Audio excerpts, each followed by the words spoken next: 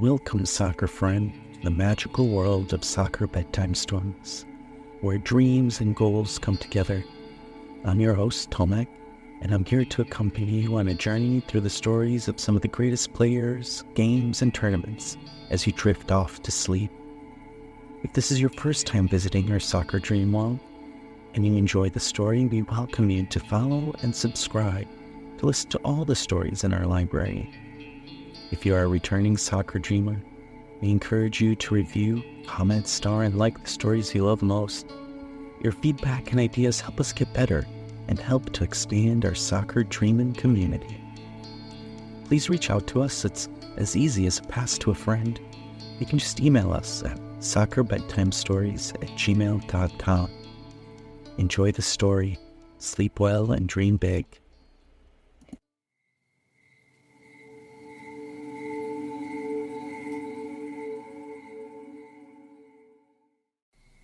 Hello there, soccer friend. Take a deep breath, snuggle up in a cozy blanket, and let us step into the chill of a crisp October night. Picture it. Shadows flicker, mysterious whispers dance on the breeze, and the scent of pumpkin spice and bonfires fills the air. Tonight, under the watchful glow of a harvest moon, we'll venture into a story woven with a bit of Halloween magic, inspired by the story The Landlady by Roald Dahl, as well as the tales of a haunted house where Barcelona's greatest players once dared to stay. This isn't just any story. It's a journey where courage is tested, mysteries lurk around every corner, and doubts are cast aside. Our heroes facing the shadows of doubt and challenge travel to a far-off land where, on a Halloween night, anything is possible. As we follow them into the unknown, we'll encounter hidden secrets, eerie rooms, maybe even a ghostly figure or two. So close your eyes, take another deep breath, and prepare for an unforgettable Halloween adventure filled with mystery, courage, and the thrill of the unknown. Tonight, anything can happen. Are you ready? The final guest. Haunted Tale of Barcelona's Best. Philippe Coutinho arrived in Barcelona brimming with excitement. After a long flight from England, he stepped off the plane to the applause of fans and flashing cameras. His record-breaking transfer from Liverpool had made headlines all over the world, and he was eager to begin his new life at FC Barcelona. As he left the airport, Luis Suarez greeted him warmly. "Philippe, welcome! I've already arranged everything for you. I found you a great place to stay. It's a villa in Casti de Feliz, just outside the city. Trust me, you will love it." Philip smiled, grateful for the support. Suarez handed him a set of keys. "It's already set up for you. The landlady is unique, but don't worry, she'll take care of everything." Coutinho drove Casti de Feliz as the late afternoon sun cast long shadows over the winding roads. The neighborhood was quiet, and the villa itself stood at the end of a tree-lined street, its white facade glowing in the fading light. It seemed perfect, a house fit for a star. He parked his car and approached the front door, feeling a strange chill in the air despite the warmth of the evening. As he reached the doorbell, the door swung open, almost as if the house had been waiting for him. A woman stood there, smiling broadly. She was older, perhaps in her late 50s, with silver-pinned hair neatly back and an unsettling glint in her deep blue eyes. "Welcome, Mr. Coutinho," she said warmly. "I've been expecting you." Philippe hesitated for a moment. You must be the landlady? Yes, indeed, she replied, her smile never faltering. Please come in. I've already prepared everything for your stay. This house has seen many stars before you, such fine young men, but none quite like you, I'm sure. She seemed charmingly hospitable, like the welcoming neighbor everyone wishes for when arriving in a new city. Coutinho couldn't shake the feeling that she looked exactly like the mother of his beloved friend from Liverpool, Stephen. Inviting him warmly as he stepped through the door, he took a cautious glance around, noting the grand historic details of the house that seemed to almost whisper stories from the past. Tipping his head slightly, Coutinho stepped over the threshold, hoping his first impression was right. Though something in the air felt unusually chilly. The house was beautiful. Elegant furniture, polished floors, and a fire crackling in the hearth. Yet something about it felt wrong. It was too perfect, too still. The air inside was thick with a strange scent, like old perfume mixed with something sour. The landlady led him through the house, her voice soft and soothing. You'll find everything here to your liking. A cozy bed, warm meals, and peace. You'll need your rest. Barcelona can be a demanding place, you know. Philippe nodded, trying to shake off the feeling of unease that had settled in his stomach. Thank you, I appreciate it. I'd have thought you'd be absolutely overwhelmed with applicants, Coutinho said politely, still feeling the chill in the air. Oh, I am, my dear, I am. Oh, very much so. But the trouble is, she said with a delicate smile, I'm just a teeny bit choosy, you see. Quite particular, really. Yes, Tina replied, nodding, but something in her gaze made him feel as if he were being sized up. Oh, but I'm always ready, you know. Day and night, this house is prepared, just in case the perfect young man comes along.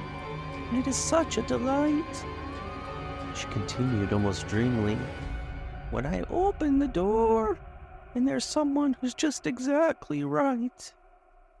She was halfway up the stairs and she paused, one hand on the stair rail, casting a long look at him with a peculiar smile. Like you, she added softly, her pale blue eyes tracing slowly down to Coutinho's feet, then back up again with an unnerving intensity. When they reached the first floor landing, she gestured with a slight flourish. This room here is mine, she declared. They continued. And the rest, this is all yours, she said warmly, opening the door to reveal a small yet elegant bedroom at the front of the house. She switched on the light as they stepped in. I do hope you'll find it to your liking.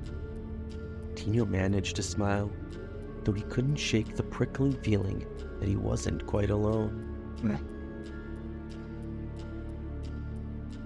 The morning sun will pour right through this window, she continued warmly. It is Mr. Coutinho, isn't it? Yes, that's right, he replied, a touch of nervousness in his voice. Lovely, she smiled. I've prepared everything. There's hot water bottle and the sheets already. Such comfort when you're in a new bed, don't you think? And feel free to light the gas fire if you get chilly. Thank you, Coutinho said politely, noticing that the bed was already turned down, ready for him to slip right in. She seemed genuinely pleased, almost relieved that he was there. I'm so glad you showed up, she said, her voice dropping to a soft murmur. It's been such a long time. That's quite all right, Coutinho responded, trying to sound cheerful. No need to worry about me. He placed his suitcase on the chair and began to unpack. And what about supper, dear? Did you manage to eat something before you arrived? Oh, I'm not hungry at all, he replied, glancing around the room. I think I'll just head to bed soon. I'll have an early meeting at the training grounds tomorrow. Very well, she nodded. But before you retire, would you mind just popping down to the sitting room to sign the guest book? Everyone does so upon arrival. It's the law, and we wouldn't want to break it, would we? With a gentle wave, she exited and closed the door behind her. Coutinho found her slightly eccentric, but he brushed it off as harmless. She was, after all, just a bit odd, probably lonely. He figured perhaps she'd lost someone dear and was just overly eager for company. After he finished unpacking, he went downstairs to find the sitting room. She wasn't there, but a small fire crackled warmly in the hearth, and the old dog lay snuggled up nearby. The room felt cozy, like a safe haven. I'm lucky, he thought, rubbing his hands by the fire. This feels just right. On the piano, he found the guest book already open. As he took out his pen to sign his name, he couldn't help but read the entries above it. 3 names stood out: Cesc Fabregas, Thomas Vermaelen, and Andre Gomes. Recognition dawned on him. Each of them had played for Barcelona, but their careers had been plagued by struggles or sudden injuries. They'd left the club sooner than expected, their time at Barcelona a strange chapter in their otherwise stellar careers. Cesc Fabregas, he murmured, the memories surfacing. He recalled Cec's early promise, his sharp decline in form, and the abrupt departure.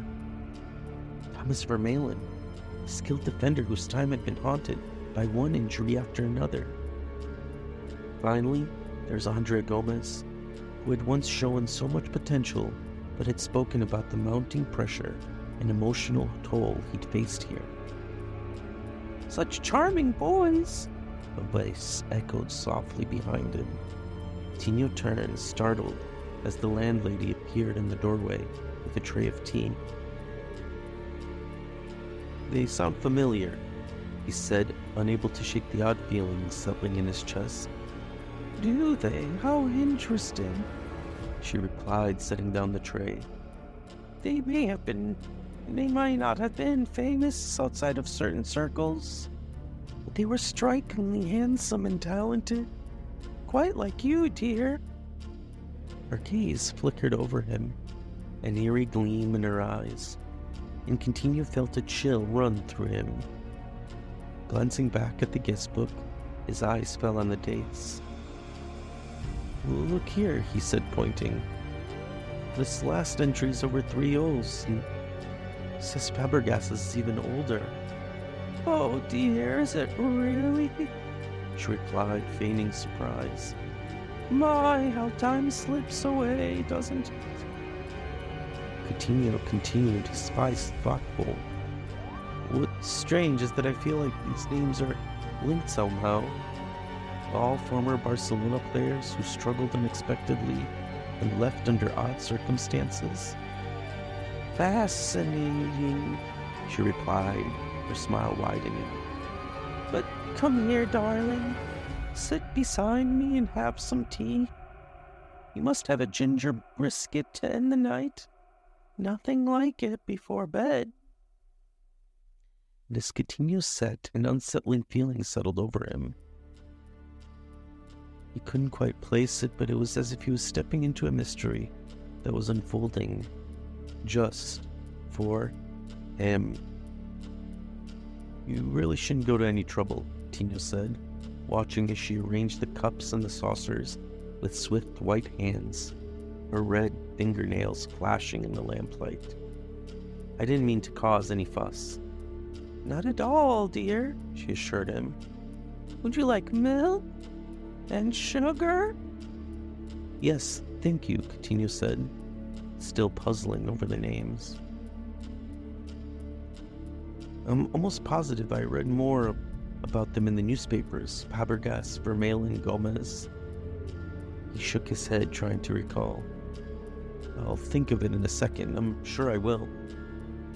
"Oh, those were lovely boys," she said. "But no, they weren't in the news for anything like that. My Cesc and Andre were extraordinarily talented. But their fame faded. Come over and sit beside me, won't you? Your tea's all ready." She patted the empty space on the sofa, smiling as she waited for him to sit. Hesitantly, he crossed the room and sat down on the edge of the sofa. "There we are," she said, placing his teacup in front of him. "How cozy this is, isn't it?" They sat in silence, each sipping their tea. Coutinho sensed her eyes lingering on him, watching him carefully over the rim of her cup.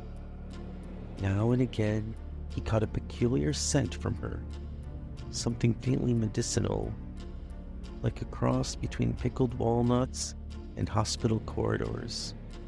It was oddly unsettling. "Mr. Fabregas was quite the tea drinker," she said after a pause. "I've never seen anyone drink as much as tea as my dear sweet Cesc." "I suppose he left fairly recently?" Coutinho asked, still trying to piece together his thoughts. He was convinced he'd seen more about their names in headlines recently. Former players who left Barca rather abruptly. "Left?" She raised her eyebrows. "Oh no, my dear boy.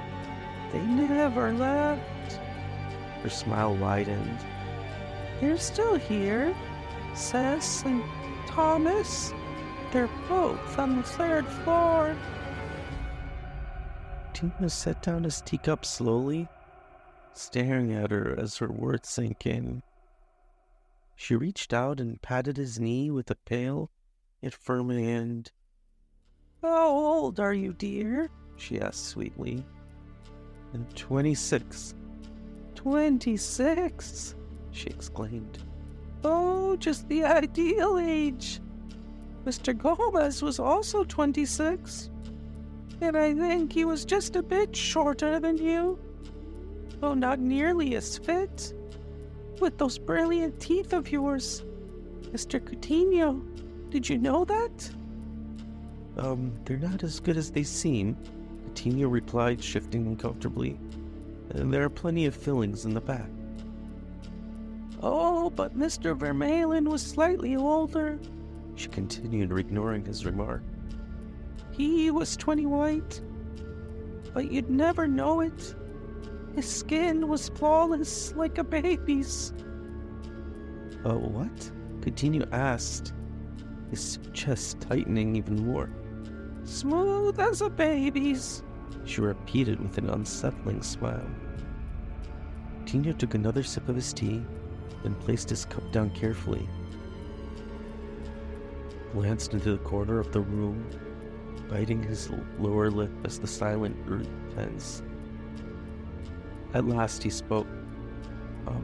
"The parrot over there," he said. "It fooled me when I first saw it. I could have sworn it was alive from the street." "Alas, it's not," she replied softly. "It's remarkably realistic," Coutinho admired. "Who did it?" "Oh, I did." "You did?" he repeated, incredulous. "Of course," she replied with pride. "And have you noticed my little Basil here?" She nodded toward the dachshund resting by the fire. Coutinho looked over, realizing the dog hadn't moved or made a sound.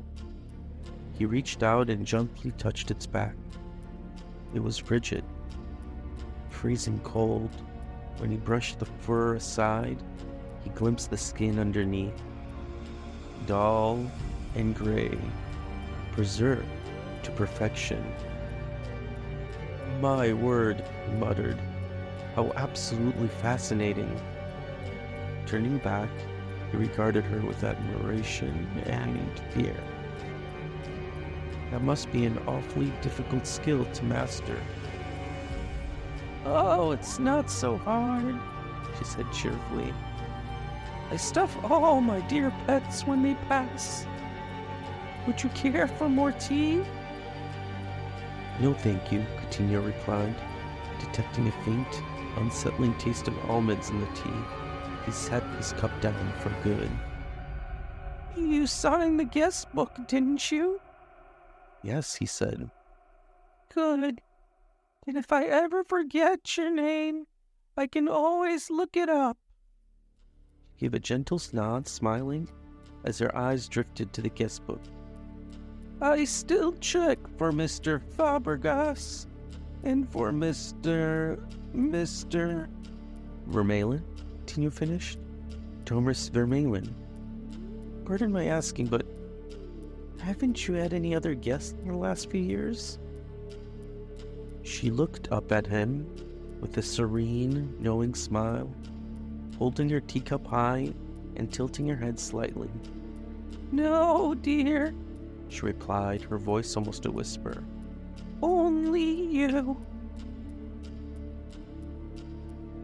"Good, good. That way, if I ever forget your name, I can always look it up." She sipped her tea, her gaze drifting the book. "I still check now and then on Mr. Fabregas, Mr. Vermaelen, and Andre Gomes," he added quietly, swallowing. An unease crept through him. "Yes, that's it." She looked up at him, smiling, as her eyes twinkled knowingly. "But no, dear, there haven't been any other guests in years. Only you." As Coutinho sat there, he noticed his eyelids growing heavier. The faint taste of almonds lingered on his tongue, mingling with the warmth of the fire that seemed to pull him deeper into a soft, hazy lull. "Is something in the water, dear?" she asked gently, through her eyes glinted in the dim light, watching him intently. "No, He started, but his words felt slow. His thoughts clouded, his gaze drifted around the room, back to the parrot, still as a statue, and then to the dog, its eyes fixed and unblinking. His mind struggled to piece together the unease that had been building, but the fog in his head made it so hard to hold on to any one thought. "Perhaps you're just tired," she cooed and soothingly, lifting her tone to her voice. "Moving to a new place can be so draining, don't you think? Why don't you rest your eyes a little, just for a moment?" He blinked, trying to clear the strange fog, but his body felt heavy, and his movement slow, as if he were sinking deeper into a plush sofa. He was distantly aware of her soft gaze, gentle smile, the way her eyes never left him, like a comforting yet unnervingly fixed gaze. "You're safe here," she whispered, her voice lulling him further. "I'll take care of you. You'll be just like the others. So handsome, so young, so perfect." The words floated around him like a faint echo, but they grew distant, melting into a dull, rhythmic hum as his head tilted forward, his eyelids finally closing. Just before his consciousness slipped away entirely, he caught that faint whiff of almonds once more, and somehow in his drowsy mind, he knew he'd crossed the threshold of something he couldn't escape. And then there was only... Happy Halloween, friends. Sleep well and dream big.